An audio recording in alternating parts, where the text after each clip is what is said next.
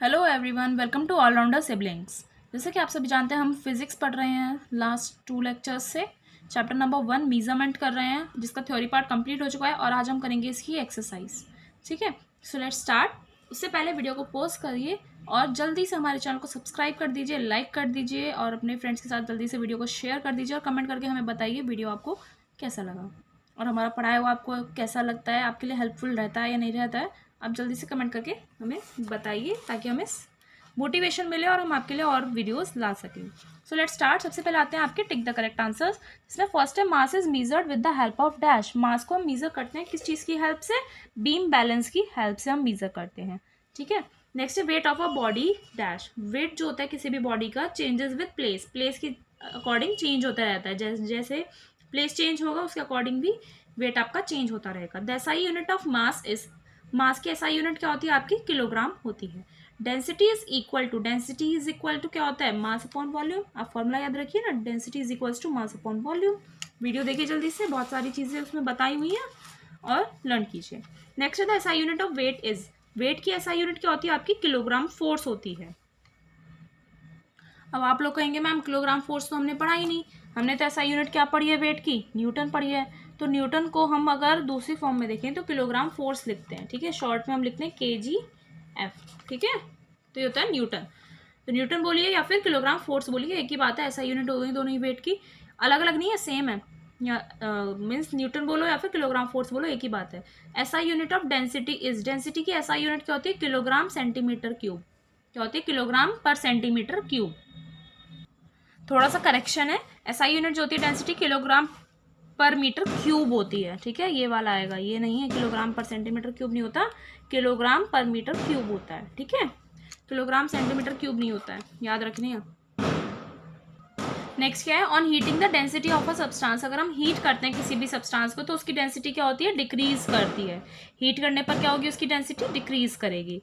When the density of an object and a liquid are same. जब किसी भी object की और लिक्विड की डेंसिटी सेम होती है, it will remain in equilibrium. वो ऑब्जेक्ट जो रहता है वो आपका इक्विलिब्रियम में रहता है, बैलेंस्ड रहता है। नेक्स्ट क्या है? A body with a density of 1.9 gram per centimetre cube in water will. एक बॉडी है जिसकी डेंसिटी क्या है? 1.9 ग्राम पर सेंटीमीटर क्यूब है वाटर में। ठीक है, तो वो क्या करेगा? सिंक करेगा, डूब जाएगा। ठीक है, फ्लोट नहीं करेगा, डूब जाएगा। क्यों डूबेगा? क्योंकि वाटर में कर रही है। वाटर में वाटर की और उसकी डेंसिटी कंपेयर कीजिए, तो जो लाइट और हैवी होगा उसके अकॉर्डिंग आप क्या करेंगे? सिंक या फ्लोट होता है, बताया था ना। The density of water is, water की क्या डेंसिटी होती है? 1000 किलोग्राम पर मीटर क्यूब होती है। क्या होती है? 1000 किलोग्राम पर मीटर क्यूब होती है। ये तो हमारे एमसीक्यूज हो गए, टिक द करेक्ट ऑप्शन। सब आते हैं इसके बाद fill in the blanks. The SI unit of weight is. Weight की एसआई यूनिट क्या होती है? किलोग्राम फोर्स होती है, या फिर आप अभी हमने क्या पढ़ा था?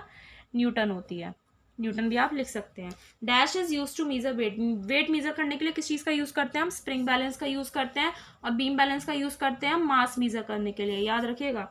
When a substance is cooled its density. जब सब्सटेंस को हम कूल करते हैं तो उसकी डेंसिटी क्या करती है? इंक्रीज करती है। तो याद रखिएगा, हीट करने पर डिक्रीज होती है और कूल करने पर वो उसकी डेंसिटी क्या हो जाती है? इंक्रीज हो जाती है। Density is dash per unit volume. Density क्या होती है? मास पर यूनिट वॉल्यूम होती है। डिफाइन तो यही है ना, फॉर्मूले के अकॉर्डिंग भी तो हम पढ़ रहे हैं। Density is equals to mass upon volume पढ़ा था ना हमने। तो क्या हो गया? मास पर यूनिट वॉल्यूम हो गया।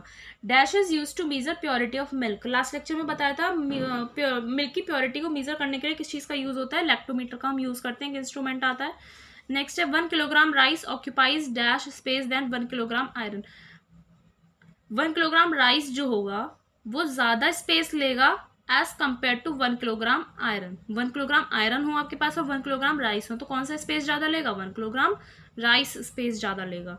एन आयरन बॉल डैश और मरकरी। एक आयरन बॉल है, उसे अगर आप मरकरी में डाल दीजिए तो क्या करेगा? वो फ्लोट कर जाएगा। ठीक है, it all depends on density, कि कोई भी ऑब्जेक्ट है वो फ्लोट करेगा या किस सिंक करेगा, वो किस चीज़ पर डिपेंड करता है? उसकी डेंसिटी पर। The SI unit of mass is dash. SI unit क्या होती है मास की? किलोग्राम। क्या होती है? किलोग्राम होती है। नेक्स्ट है a dash is use to compare mass. Mass compare करने के लिए हम किसका यूज करते हैं? बीम बैलेंस का। ठीक है, ये तो हो गए हमारे फिल इन द ब्लैंक्स। अब हम करते हैं ट्रू एंड फॉल्स, और इसमें आपको जो फॉल्स स्टेटमेंट है उसका करेक्ट आंसर भी आपको बताना होगा। तो फर्स्ट है the value of mass changes from place to place. Mass की जो वैल्यू होती है प्लेस टू प्लेस चेंज होती है, it is false. It remains constant, constant रहती है हमेशा मास की वैल्यू। स्प्रिंग किसकी वैल्यू चेंज होती है? फिर वेट की वैल्यू चेंज होती है। तो आप दो तरीकों से इसका आंसर सही करके लिख सकते हैं, the value of weight changes from place to place, और आप लिख सकते हो the value of mass remains constant from place to place. Next है spring balance is use to measure the weight of a body. Spring balance का use किया जाता है किसी भी बॉडी का वेट मेजर करने के लिए। It is true. Equal mass of cotton and sugar have same volume. Cotton और शुगर का अगर इक्वल मास लेते हैं तो हम उसका सेम वॉल्यूम होता है? नहीं, 2-3 कंडीशंस बताई थी ना। इक्वल मास होगा तो डिफरेंट वॉल्यूम होगा। The density of water is 1 gram per centimetre cube. Water की डेंसिटी क्या होती है? 1 ग्राम per centimetre cube. Yes, true. The amount of matter contained in a body is called its weight. किसी भी body में जो amount of matter present होता है उसे हम वेट बोलते हैं। इट इज फॉल्स, उसे हम क्या बोलते हैं? मास बोलते हैं। ठीक है। The SI unit of density is kilogram per metre cube. Density की एसआई यूनिट क्या है? Kilogram per metre cube. Yes, it is true. Volume of water decreases on heating. Heat करने पे वॉल्यूम जो होता है वाटर का वो डिक्रीज करेगा? नहीं, फॉल्स करेगा, क्योंकि फॉल्स, हीट वो डिक्रीज नहीं होगा, इंक्रीज होगा। बिकॉज जब हम किसी भी सब्सटेंस को हीट करते हैं तो उसकी डेंसिटी क्या होती है? डिक्रीज होगी। डेंसिटी डिक्रीज होगी तो उसका वॉल्यूम क्या होगा? इंक्रीज होगा। अपोजिट होता है ना। डेंसिटी उसकी, जब हम किसी भी सब्सटेंस को हीट करते हैं तो डेंसिटी क्या हो जाती है? उसकी डिक्रीज होती है। डिक्रीज होगी डेंसिटी तो वॉल्यूम उसका इंक्रीज होगा। ओके। और अब हम करेंगे इसकी मैचिंग्स। मास क्या है आपका? Beam balance. बीम बैलेंस को यूज करके आप उसे मेजर करते हो। Irregular shape, graph paper. Irregular shape को आप ग्राफ पेपर पे मेजर करते हो, उसका एरिया और मास एंड ऑल। वेट क्या है? वेट हो गया, आप स्प्रिंग बैलेंस से मेजर करते हो। Density of a solid, density of a solid, measuring cylinder, solid की जो डेंसिटी मेजर करते हैं मेजरिंग सिलेंडर से मेजर करते हैं। ठीक है, बताया था ना, पार्टली पहले वाटर को फिल करते हैं हम मेजरिंग सिलेंडर में, फिर उसमें एक स्टोन को डिप कर देते हैं, है ना, टाई करके। जितना वाटर से डिस्प्लेस किया होता है उससे उन दोनों वॉल्यूम को हम क्या कर देते हैं? सब्ट्रैक्ट कर देते हैं। नेक्स्ट है रिलेटिव डेंसिटी। रिलेटिव डेंसिटी की कोई यूनिट इसमें नहीं होती। तो यहाँ पर आपकी एक्सरसाइज फिनिश हो गई है और अब हम इसी लेक्चर में इस नीचे आपको कुछ क्या दिए हुए हैं? न्यूमेरिकल्स दिए हुए हैं, वो सॉल्व करेंगे। ठीक है, ये 3 न्यूमेरिकल्स दिए हुए हैं वो करेंगे, और उसके बाद नेक्स्ट लेक्चर में हम करेंगे short answers and give answer in detail करेंगे। तो हमारा चैप्टर फिनिश हो जाएगा। फिर उसके बाद हम करेंगे चैप्टर नंबर 2 जिसका नेम है मोशन। ठीक है, तो जब तक के लिए हम अब करते हैं इसके न्यूमेरिकल्स। देखिए, सबसे पहला न्यूमेरिकल क्या दिया हुआ है? Find the mass of 150 centimetre cube of a metal with the density 7.8 gram per centimetre cube. आपको सबसे पहले लिख लीजिए क्या क्या पूछा है, क्या फाइंड आउट करना है और क्या आपको दिया हुआ है। तो मास आपको निकालना है, फाइंड आउट करना है। ठीक है, क्या दिया हुआ है आपको? 150 centimetre cube of a metal, यानी कि उसका वॉल्यूम दे दिया आपको। क्या कितना दे दिया? 150 सेंटीमीटर क्यूब दे दिया। फिर इसकी डेंसिटी दी हुई है 7.8 ग्राम पर सेंटीमीटर क्यूब, ये दिया हुआ है। और आपको मास फाइंड आउट करना है। आपको फॉर्मूला पता है क्या होता है? Density is equals to mass upon volume होता है। ठीक है, डेंसिटी कितनी दी हुई है आपको? वैल्यूज पुट कर दीजिए, 7.8 ग्राम पर सेंटीमीटर क्यूब।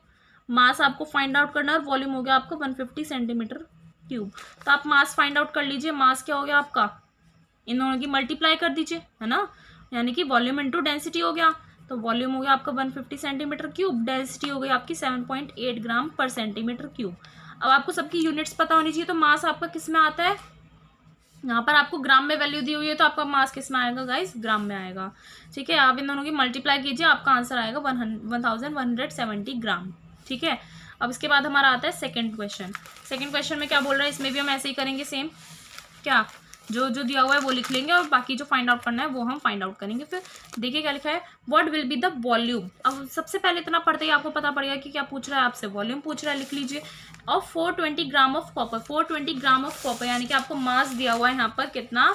420 ग्राम। मास कितना दिया हुआ है? 420 ग्राम। किसका है? कॉपर का है। और क्या पूछ रहा है? Whose density is 8.4 gram per centimetre cube. उसकी डेंसिटी आपको क्या दी हुई है? 8.4 ग्राम पर सेंटीमीटर क्यूब दी हुई है। ठीक है, अब आपको इसका वॉल्यूम फाइंड आउट करना है।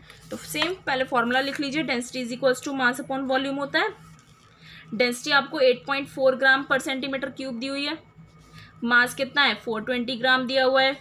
वॉल्यूम के आपको फाइंड आउट करना है। वॉल्यूम किस में आएगा? आपका सेंटीमीटर क्यूब में आएगा ना। तो आपका फॉर्मूला क्या बन जाएगा? वॉल्यूम इज इक्वल्स टू हो जाएगा आपका 420 gram divided by its density, gram per centimetre cube. इसे भी सॉर्ट आउट कर लीजिए। सॉर्ट आउट करने के बाद आपका कितना आएगा? 7.15 सेंटीमीटर क्यूब इसका वॉल्यूम आपका आ जाएगा। ठीक है, और इसके बाद पूछता है हमारा थर्ड न्यूमेरिकल वो भी हम कर लेते हैं जल्दी से। अब जल्दी से थर्ड क्वेश्चन भी देख लेते हैं। Find the density of mercury. Mercury की आपको डेंसिटी फाइंड आउट करनी है। If a mass of 2.72 kilogram occupies a volume of 200 centimetre cube. आपको यहाँ पर वॉल्यूम दे दिया है, मास दे दिया है, आपको डेंसिटी फाइंड आउट करनी है। आप कहेंगे मैम ये तो बहुत सिंपल है। नहीं, सिंपल नहीं है, इसमें थोड़ा सा ट्रिक है। क्या, देखिए यहाँ पर किलोग्राम है मास और वॉल्यूम आपको सेंटीमीटर में दिया हुआ है, बट आपकी डेंसिटी की यूनिट क्या होती है, या तो किलोग्राम पर मीटर क्यूब होगी या फिर ग्राम पर सेंटीमीटर क्यूब होगी। तो आप दो काम कर सकते हैं, तो किलोग्राम को आप ग्राम में कन्वर्ट कर लीजिए या फिर सेंटीमीटर को आप किस में कन्वर्ट कर सकते हो, मीटर में कन्वर्ट कर सकते हो। ठीक है, तो एक कंडीशन से आप इस काम को कर सकते हो। तो आप यहाँ पर देखिए थर्ड क्वेश्चन करते हैं हम। मास दिया हुआ है आपको, क्या दिया हुआ है 2.72 kg, ठीक है, और वॉल्यूम आपका दिया हुआ है 200 सेंटीमीटर क्यूब। अब आप अगर इसे मीटर क्यूब में कन्वर्ट करेंगे तो ये आपका बैठेगा 2 मीटर क्यूब। कन्वर्ट करना आता होगा आपको। डेंसिटी क्या है इसकी आपको फाइंड आउट करनी है। सेम फॉर्मूले में आप रख दीजिए, density is equals to mass upon volume. Convert आपने पहले कर ही लिया है। मास आपको 2.72 दिया हुआ है और ये आपका 2 हो गया। इसे आप सॉर्ट करेंगे तो क्या आएगा 1.36 किलोग्राम पर मीटर क्यूब आएगा। ऑलरेडी आपने यूनिट कन्वर्ट कर लिए तो कुछ यहाँ पर ट्रिक करने की जरूरत ही नहीं है, कुछ काम ही नहीं बचा फिर। ठीक है, होप आपको न्यूमेरिकल्स भी समझ में आए होंगे। एक्सरसाइज हो चुकी है। नेक्स्ट लेक्चर में हम इसके क्या कर लेंगे, क्वेश्चन आंसर्स कंप्लीट कर लेंगे, शॉर्ट भी और लॉन्ग भी। ठीक है, मिलते हैं नेक्स्ट वीडियो में नेक्स्ट लेक्चर के साथ। तब तक के लिए हमारी वीडियोस को देखिए, लाइक कीजिए, शेयर कीजिए अपने फ्रेंड्स और रिलेटिव्स के साथ, और चैनल को सब्सक्राइब करना ना भूलें। साथ में बेल आइकन तो ज़रूर प्रेस करें, जिससे आपको सारी वीडियोस जल्दी से जल्द सबसे पहले आपके पास पहुंच जाएंगी। ठीक है, थैंक यू।